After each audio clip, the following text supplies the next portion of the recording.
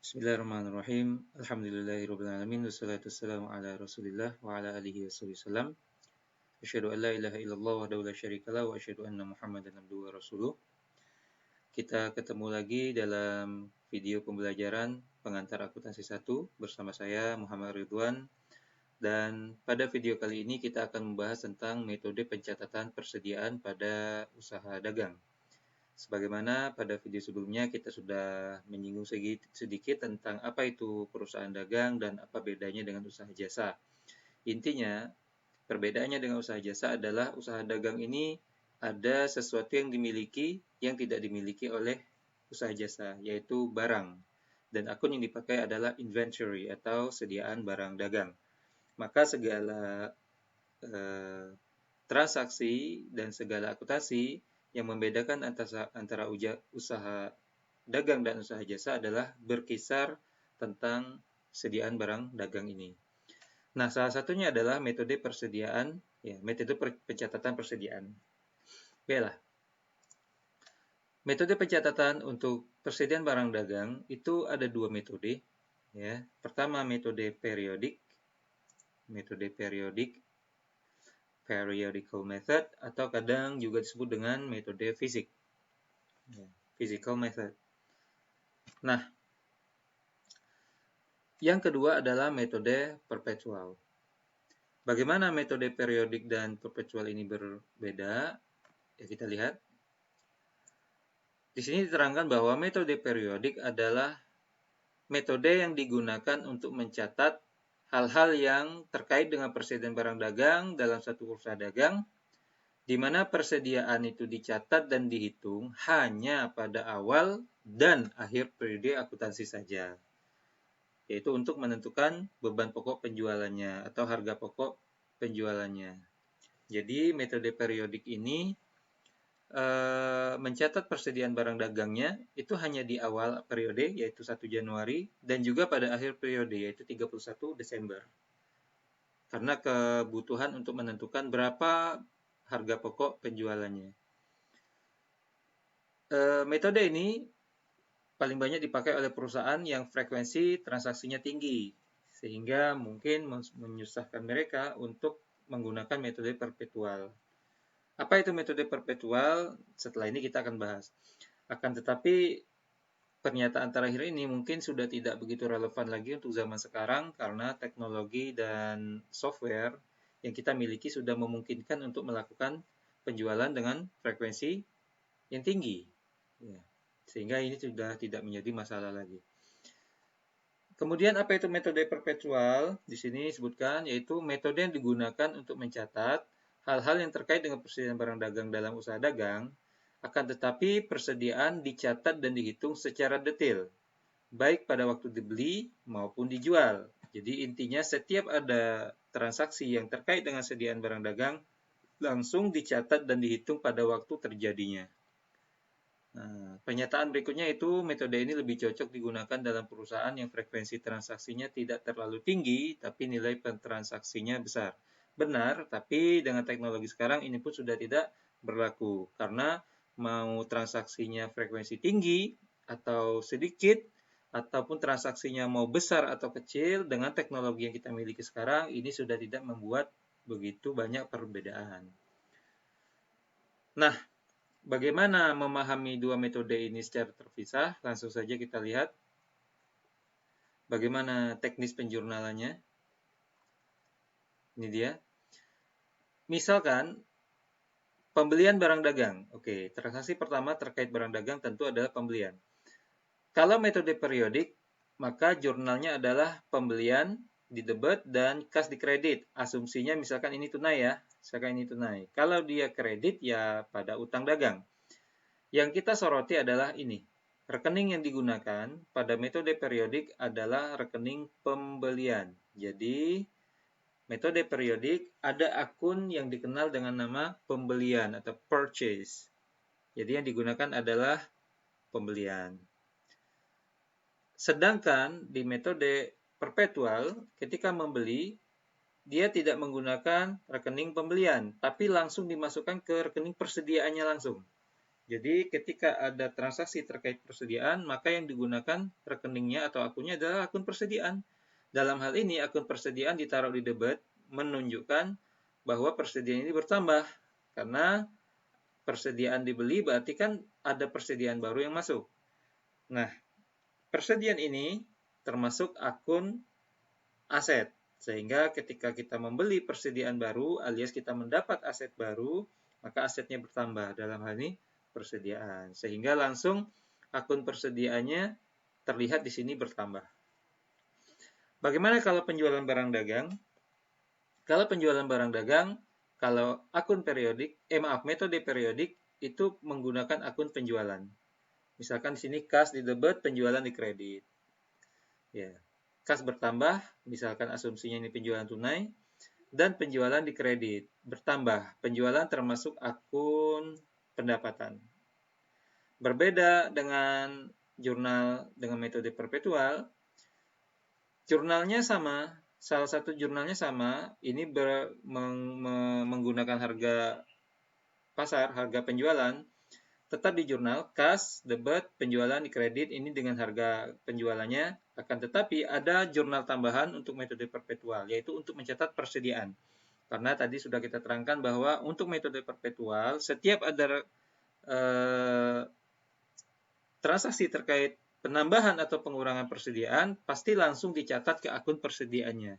Dalam hal ini, karena kita menjual barang dagang kita, sehingga barang dagang kita pasti berkurang. Karena barang dagang kita berkurang, berarti kita taruh di kredit karena di aset. Maka persediaannya kita anggap berkurang, kita taruh di kredit. Sedangkan di debitnya yaitu menunjukkan berapa harga pokok dia ketika kita beli sebelumnya, yaitu harga pokok, harga modal kita beli kemarin, BPP atau biaya pokok penjualan, atau sering juga sebut HPP, harga pokok penjualan. Untuk lebih jelasnya kita akan lihat contoh lebih lengkap lagi yang saya buat di sini dengan contoh kasus. Misalkan nih, perusahaan atau toko kita membeli barang dagang tunai 10 juta. Maka untuk kita bahas metode periodik atau fisik dulu. Kalau kita beli barang tunai 10 juta misalkan, maka rekening kita pakai sebagaimana tadi kita jelaskan sebelumnya itu pakai rekening pembelian. Nah, pembelian. Karena kita belinya 10 juta, maka pembelian debit 10 juta. Perlu diketahui, akun pembelian ini termasuk akun beban. Sehingga ketika kita beli, berarti kita mengeluarkan uang untuk membeli barang dagang kita ini, biayanya keluarnya itu. Ya. Sehingga akun pembelian bertambah di debit.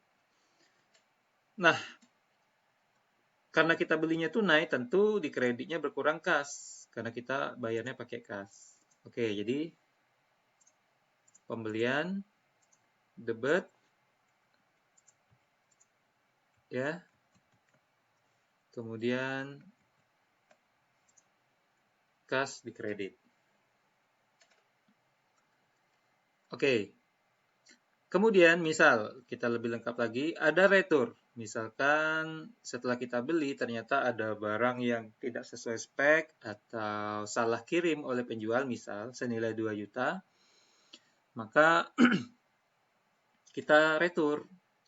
Nah, retur pembelian ini adalah akun pembelian tapi dia kontra dengan pembelian alias dia mengurangi pembelian. Makanya posisi normalnya pasti berlawanan dengan pembelian. Maka retur pembelian pasti berlawanan dengan pembelian. Karena pembelian bertambah di debit, berarti kalau retur pembelian, kalau dia bertambah, justru di kredit. Nah, 2 juta. Nah, apa debitnya? Contohnya retur pembelian ini adalah dari yang 10 juta. Dari 10 juta kita beli kemarin, kita kembalikan. Karena kita kemarin bayarnya pakai kas, maka setelah kita kembalikan barang ini senilai 2 juta, tentu uang kas kita yang kemarin sudah kita bayar dikembalikan oleh si penjual. Sehingga kas kita balik lagi bertambah. Ya. Jadi kas kita balik lagi bertambah 2 juta, dikembalikan. Jadi kas pada retur pembelian. Kemudian misalkan nih, dari sisa barang yang kita beli kemarin, ada beberapa unit kita jual. Dan kita jualnya tunai 10 Maaf, 15 juta. Oke, karena kita jual tunai 15 juta, maka kita sudah pasti yakin bahwa di sebelah debitnya pasti kas, karena uang kas masuk, ya, 15 juta. Nah, apa di kreditnya? Karena kita pakai metode periodik atau fisik, maka kita menggunakan akun penjualan. Nah, 15 juta. Jadi, kalau kita menjual barang, maka akun yang digunakan adalah penjualan. Sebagaimana kalau kita beli barang, akun yang dipakai adalah akun pembelian. Akun penjualan ini termasuk kelompok pendapatan, sehingga ketika penjualan terjadi alias pendapatan bertambah, maka pendapatan bertambah kan dikredit. Makanya penjualan bertambah dikredit. Misalkan kita contohkan bahwa penjualan yang 15 juta tadi ada diretur oleh pembeli kita. Mungkin karena salah kirim, tidak sesuai spek dia, atau ada yang cacat, dikembalikan, sehingga kita harus buat jurnalnya. Contohnya di sini 5 juta. Maka sama seperti pembelian tadi, ada akun kontranya, retur pembelian, maka penjualan juga ada akun kontranya, yaitu akun retur penjualan. Karena penjualan bertambah di kredit, maka otomatis retur penjualan ketika bertambah lawannya, yaitu debit. Nah, 5 juta misalkan. Maaf, 6 juta. Berarti soalnya belum diupdate. Maaf. 6 juta. Nah, apa kreditnya? Sebagaimana tadi, ketika kita menjual tunai, maka ketika dia mengembalikan barang yang dia beli, maka uangnya kita kembalikan. Uangnya kita kembalikan berarti kita ada keluar uang untuk mengembalikan. Maka kas di kredit. 6 juta. Nah, inilah jurnal-jurnal yang digunakan untuk persediaan apabila kita menggunakan metode periodik atau fisik. Oke ya. Kemudian, bagaimana kalau menggunakan metode perpetual? Ayo kita coba contohkan dengan kasus transaksi yang sama ya. Contoh, beli tunai 10 juta. Ketika kita membeli tunai 10 juta, pasti yang pertama yang kita pikir bayarnya pakai kas kan? Maka kita kredit kas sebesar 10 juta. Nah, permasalahannya adalah apa debitnya? Karena kita pakai metode perpetual, setiap ada penambahan atau pengurangan persediaan barang dagang, kita langsung mencatatnya di akun persediaan itu sendiri. Sehingga ketika kita beli, berarti persediaan barang dagang bertambah. Karena persediaan barang dagang itu adalah kelompok aset, maka ketika bertambah dia di debit. Maka persediaan barang dagang di debit 10 juta. Itu dia ya. Jadi jangan pakai akun pembelian. Akun pembelian ini untuk metode periodik. Tapi kalau pakai metode perpetual, itu pakainya persediaan barang dagang. Kemudian misalkan terjadi retur pembelian 2 juta. Nah, ketika terjadi retur pembelian, karena kemarin kita belinya kas, maka ketika kita kembalikan sebagian barang senilai 2 juta, berarti uang kas yang sudah kita bayar kemarin 2 juta balik juga. Ketika balik ya kas kita bertambah lagi. Ya, kas kita bertambah lagi. 2 juta. Nah, apa di kreditnya?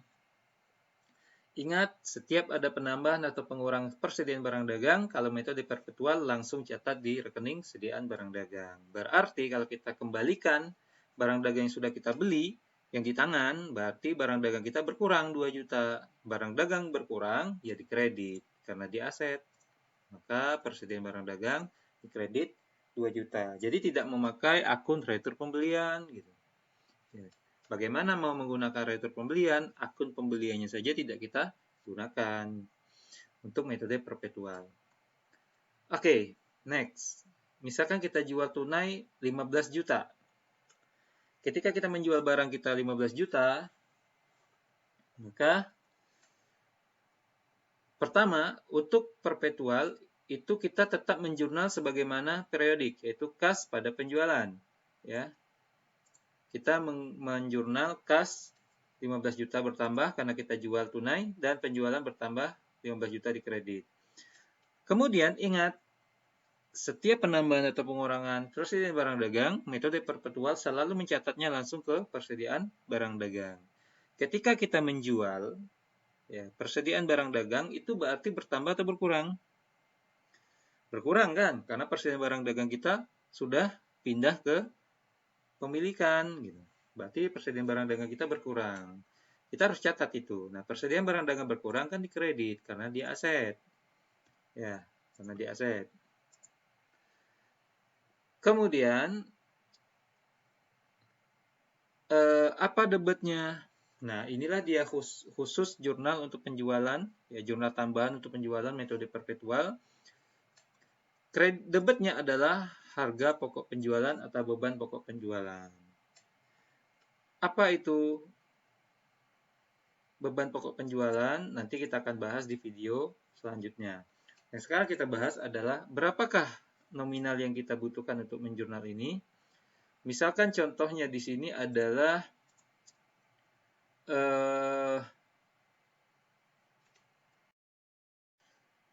kan belum diketahui nih yang dijual berapa unit, harga jualnya berapa. Misalkan di sini saya contohkan beban pokok penjualannya adalah 5 juta. Nah, akan saya terangkan kenapa seperti itu. Kita contohkan gini. Ketika kita beli persediaan barang dagang awal itu 10 juta itu kita anggap dia 10 unit. Jadi satu unitnya 1 juta. Itu ya. 1 unitnya 1 juta harganya. Kemudian ketika kita retur 2 juta, berarti yang kita retur adalah 2 unit. Sehingga tinggal 8 unit.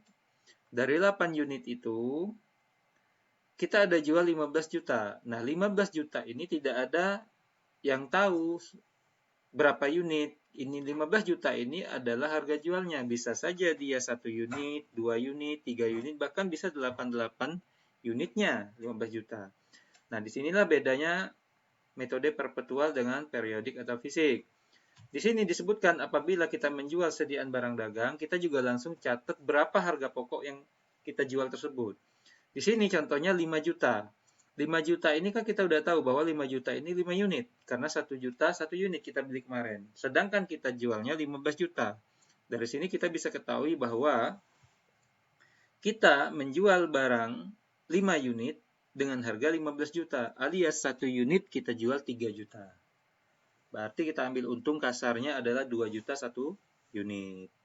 Nah, di sinilah letak beda perpetual dengan periodik. Salah satunya adalah selain kita mencatat secara teknis penambahan atau pengurangan persediaan langsung ke akun persediaan barang dagangnya, juga ini bisa membantu kita untuk mengetahui berapakah margin keuntungan secara kasar setiap kita menjual barang dagang kita.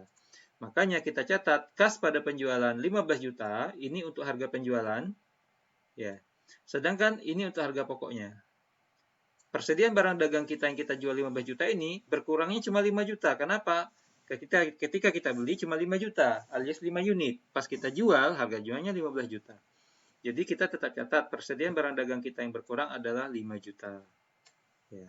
Dan lawannya, akun padanannya adalah, maksudnya akun lawan jurnalnya adalah beban pokok penjualan atau harga pokok penjualan. Dan harga pokok penjualan ini termasuk akun beban. Nah, misalkan contohnya, bagaimana kalau terjadi retur penjualan dari yang sudah kita jual ini? Contohnya di sini retur penjualannya adalah 6 juta. Ingat, ketika kita sudah menggunakan perpetual, bertambah atau berkurang persediaan, langsung ke persediaannya. Karena kita kemarin menjualnya secara kas, maka ketika kita dikembalikan barang yang sudah kita terlanjur jual oleh si pembeli, maka kas yang sudah kita terima dari dia pun kita kembalikan sebagian. Ya, karena kita sudah menerima secara tunai. Maka kalau kas kita kembalikan, berarti kas kita berkurang. Maka kalau kas berkurang, kas dikredit. Apa di debitnya? Karena persediaan barang dagang yang kita jual dikembalikan sama dia, sama pembeli, maka persediaan barang masuk lagi. Ya, persediaan barang masuk lagi. Tapi ingat, kas ketika kita kembalikan kas 6 juta ini kan harga jual. Ya, harga jual. Maka kita juga kemarin waktu menjual menggunakan akun penjualan, maka tetap ada retur penjualan. Makanya untuk jurnal yang pertama sama dengan metode periodik, tetap kita buat retur penjualan. Retur penjualannya 6 juta, kas juga berkurang 6 juta. Nah, kemudian untuk kekhususan perpetual baru kita jurnal yang berikutnya, yaitu terkait dengan persediaan barang dagang. Karena retur penjualan ini adalah ketika kita udah jual barang, barangnya berkurang karena pindah kepemilikan, tahu-tahu dikembalikan ke kita, berarti kan persediaan barang dagangnya masuk lagi. Nah, itu kan harus kita catat kalau pakai metode perpetual. Makanya persediaan barang dagang masuk lagi berarti taruh di debit. Ya.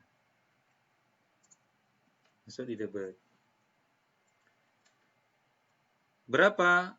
Ingat, tadi misalkan kita udah tahu bahwa satu barang yang kita jual harganya 3 juta, berarti kalau retur penjualan 6 juta, kita udah tahu bahwa barang yang dikembalikan ada berapa unit? Ya, 2 unit. Dia 2 kali 3 kan? Maka kalau sediaan barang dagang yang kita masuk kembali kepada kita itu 2 unit, maka kita udah tahu harga pokoknya berapa, yaitu sediaan barang dagang yang masuk sebenarnya cuma 2 juta.